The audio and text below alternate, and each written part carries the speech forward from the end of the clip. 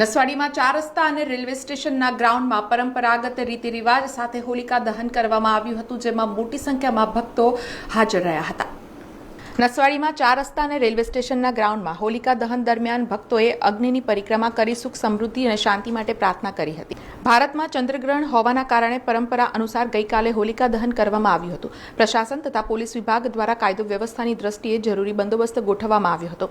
હોલિકા દહન શાંતિપૂર્ણ રીતે પૂર્ણ થતાં લોકોએ એકબીજાને હોલીની શુભેચ્છાઓ આપી હતી.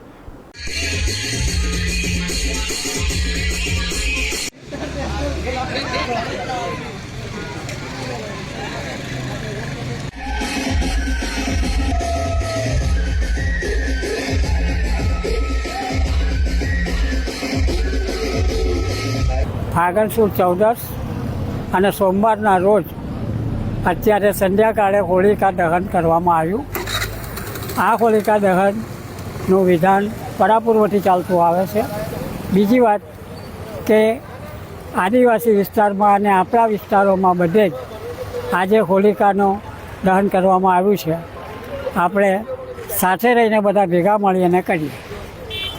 કેટલા વર્ષથી છેલ્લા 50 વર્ષથી હોલિકા દહનનો કાર્યક્રમ અહીં થયા કરે છે અને હજુ થતો રહેશે એવી મને શ્રદ્ધા છે. નસવાડી મુકામે સ્ટેશન વિસ્તારમાં છેલ્લા 45 વર્ષથી હોળીનો પર્વ ઉજવવામાં આવે છે. હોળી આમ તો આવતીકાલે છે, પરંતુ ગ્રહણને કારણે આજે હોળીનો પર્વ મનાવવામાં આવી રહ્યો છે અને અહીંના વિસ્તારના દરેક વેપારી અને ગ્રામજનોના સાથ અને સહકારથી હોળીનો પર્વ અમે સાથે બહુ ભેગા મળીને આનંદ અને ઉત્સાહ સાથે પૂર્ણ કરીએ છીએ, ઉજવીએ છીએ. સમાચારોના સતત અપડેટ માટે TNN ન્યૂઝને YouTube પર સબસ્ક્રાઇબ કરી બેલ આઇકોન પ્રેસ કરો અને અમારી સાથે જોડાયેલા રહો Facebook, Instagram અને Twitter ઉપર.